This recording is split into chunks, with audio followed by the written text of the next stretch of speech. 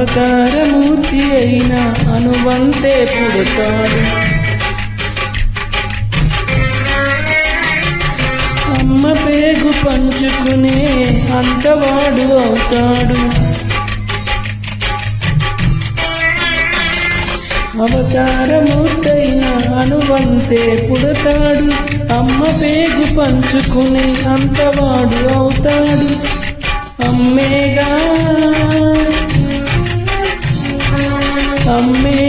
చిరునామా ఎంతటి ఘన చరిత్రకి. అమ్మేగా కనగలదు అంత గొప్ప అమ్మను. ఎవరు రాయగలరు అమ్మాను మాట కన్న కమ్మని కావ్యం.